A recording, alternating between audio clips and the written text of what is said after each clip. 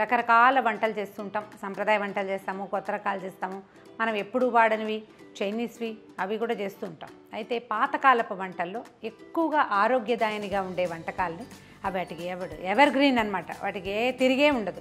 పెళ్ళిళ్ళల్లో, శుభకార్యాల్లో, ఆడపిల్లల్ని అత్తారింటికి పంపించేటప్పుడు, సంటి పిల్లతోటి పంపించేటప్పుడు, పెళ్లి కొడుకులు కొత్తగా మన ఇంటికి వచ్చినప్పుడు కూడా మనం చేసుకునే ప్రత్యేకమైన వంటలు అరిసెలు, మినపసున్ని అవి బాగా చేస్తాం. అరిసె 6 నెలల రోగాన్ని బయటేస్తుందంటారు, కానీ మినపసున్నికి అలాంటి పేరేం లేదు. మినపసున్నికి ఉన్న పేరేంటంటే బలాన్ని ఇస్తుంది. కొత్తగా పెళ్లి చేసుకున్న మగపిల్లలకి బాగా మినపసున్ని పెడతారు. దానివల్ల స్పర్మ్ కౌంట్ పెరుగుతుందని చెప్తారు. ఆడపిల్లలకి, మెచ్యూర్ అయిన ఆడపిల్లలకి డెలివరీ అయిన తర్వాత కూడా మినపసున్ని కనుక పెడితే నడుంకి బలమని, నడుం గట్టిపడుతుందని చెప్తారు. చిన్న పిల్లలకి అంటే ఎదిగే వయసులో ఉన్న పిల్లలకు కూడా మనం మినపసున్ని కనుక పెడితే తరచుగా పిల్లలు బలంగా ఆరోగ్యంగా ఉంటారు. అంటే సింపుల్గా ఈజీగా చేసుకోవచ్చు. మినపసున్నిలో ఏంటంటే ట్రెడిషనల్ పాత కాలంలో పొట్టు మినపప్పుతోటి చేస్తూ ఉండేవాడు. చాలా పాతకాలంలో, ఈ మధ్య కాలంలో కాదు, ఎప్పుడో. అయితే ఈ పొట్టు మినపప్పును కూడా ఏం చేసేవాళ్ళు, తిరగట్లో పోసి కొంత నూనె రాసి ఎండలో పెట్టి తిరగట్లో పోసి విసిరి చెరిగేసేవాళ్ళు. కొద్దిగా పొట్టు ఉన్న మినపప్పుతోటి చేస్తే చాలా బలమని చెప్పేవాళ్ళు. పూర్తి మినపొట్టుతోటి చేసుకుంటే బలమని అనుకోక్కర్లేదు. ఎందుకంటే పూర్తి పొట్టు ఉన్న మినపని కనుక ఎక్కువ తింటే చెవుడు వస్తుందని చెప్పేవాళ్ళు. నిజమో కాదో తెలియదు, కానీ మా ఊళ్ళల్లో మాత్రం ఇలాగే చేసేవాళ్ళు. నా చిన్నప్పుడు కొంత చాయపప్పు చేసి అంటే పొట్టు పోగొట్టి మినపసున్ని చేయటమే నాకు తెలుసు. కాదు, నాకు పూర్తి మినపప్పుతోటే చేసుకోవాలి ఉందంటే లక్షణంగా చేసుకోవచ్చు. ప్రాసెస్ సేమే. కొంచెం వస్తువు నల్లగా ముదురు రంగులో వస్తుంది. బలం పొట్టు లేని దానికంటే 2% ఎక్కువ. 100% ఎక్కువ అని చెప్పట్లేదు, కొంత పర్సెంటేజ్ ఎక్కువ. కానీ మనకు సులువుగా దొరికే గుళ్ళతోటి చక్కగా చేసుకోవచ్చు.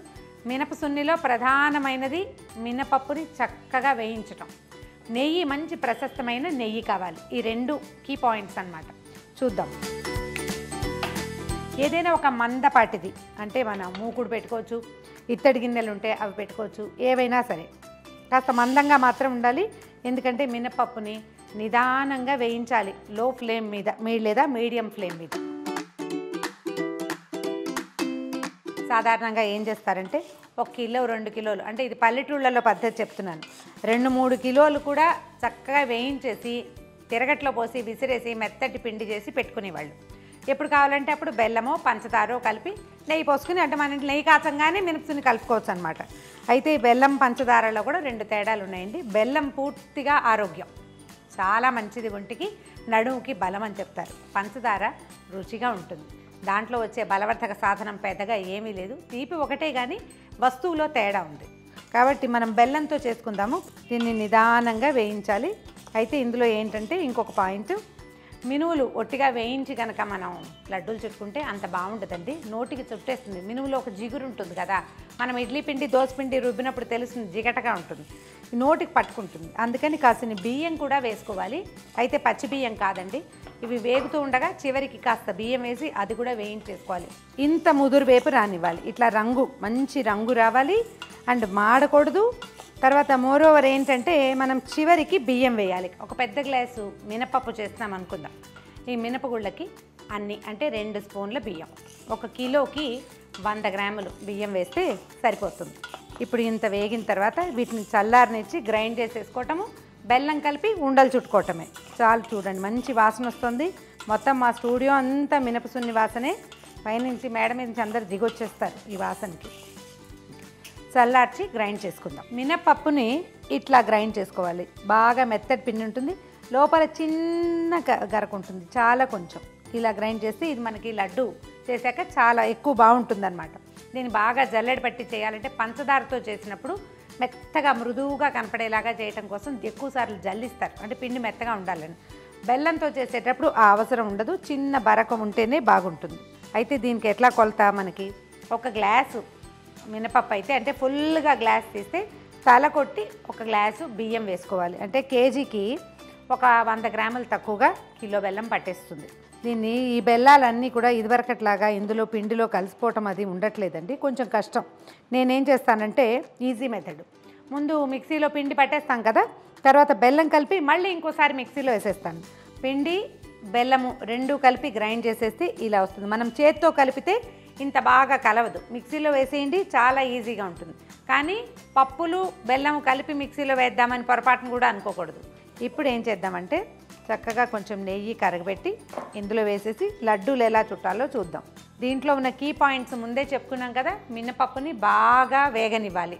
రెండోది అంత బాగా అరుగుతుంది, లేకపోతే పచ్చిగా ఉంటే కనుక అరుగుదలకి రాదు, చూడ్డానికి తెల్లగా ఉంటుంది, మంచి ముదురు రంగులో రాదు. బెల్లం కూడా నల్ల బెల్లం, డార్క్గా ఉండే బెల్లం వేసుకుంటే బాగుంటుంది. కొంతమంది వాళ్ళు రేపు తాటి బెల్లం కూడా వేసుకుంటున్నారు. తాటి బెల్లం కూడా వేసుకోవచ్చు. తాటి బెల్లంలో కొంచెం ఇసుక ఉండేందుకు అవకాశం ఉంది. ఇందులో మనం కరగబెట్టటాలు అవి చెయ్యం కదా, డైరెక్ట్గా కలిపేసేటప్పుడు తాటి బెల్లం వేసుకుంటే ఏదైనా ఇసుక తగిలితే కొంచెం ఇబ్బందిగా ఉంటుంది. నెయ్యి ఏంటంటే వేడి నెయ్యి పోసుకోవాలన్నమాట. ఈ నెయ్యి పోస్తేనే లడ్డు వస్తుంది, లేకపోతే ఉండరాదు మనకి. ఇప్పుడు కూడా చూడండి, బెల్లము మనం గ్రైండ్ చేయటం వల్ల ఈజీగా వచ్చేస్తుంది. సరిపడా నెయ్యి వేస్తే ఇంకా చక్కగా వస్తుంది. ఇది ఒట్టి పిండి, ఇందులో ఏం లేదు, ఇక అలా అంటే వచ్చేస్తుంది. ఇందులో నెయ్యి పడేసరికి గట్టిగా వస్తుంది అనమాట. నెయ్యి కొంచెం మరగ్గాచుకోవాలి. దీనికి ఏంటంటే బజారు నెయ్యి వాడకుండా సొంతంగా చేసుకునే నెయ్యి అయితే చాలా బాగుంటుంది. ట్రై చేయండి. దానికోసం డాల్డా కానీ నూనె కానీ వేస్తే బాగుండదు. కేవలం నెయ్యి రుచికి ఒకటి, తర్వాత ఆరోగ్యానికి కూడా నెయ్యే మంచిది. ఆయిల్స్ లాంటివి వేయకుండా ఉంటే బాగుంటుంది. వేడి నెయ్యి మనం కొంత మటుకు పోసుకుందాము, తర్వాత మళ్ళీ వేసుకుందాం.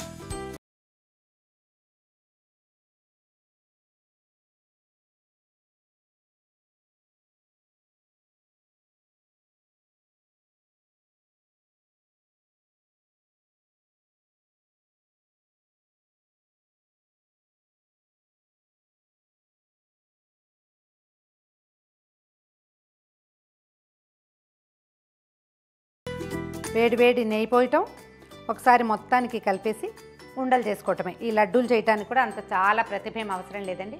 మొదట్లో కొంచెం కోణంగా వస్తాయి, కాస్త ఓవెల్ షేప్లో వస్తాయి, క్రమంగా గుండ్రంగా వస్తాయి. అవి అంత పెద్ద ఇబ్బంది ఏం లేదు.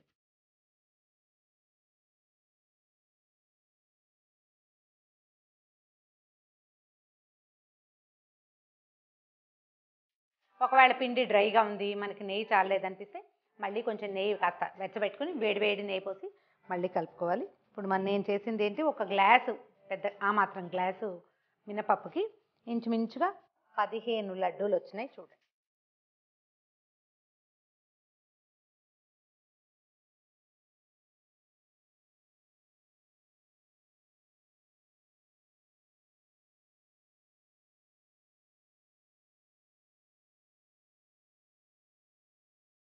చూసారు కదా, ఈజీగా అండ్ సింపుల్గా.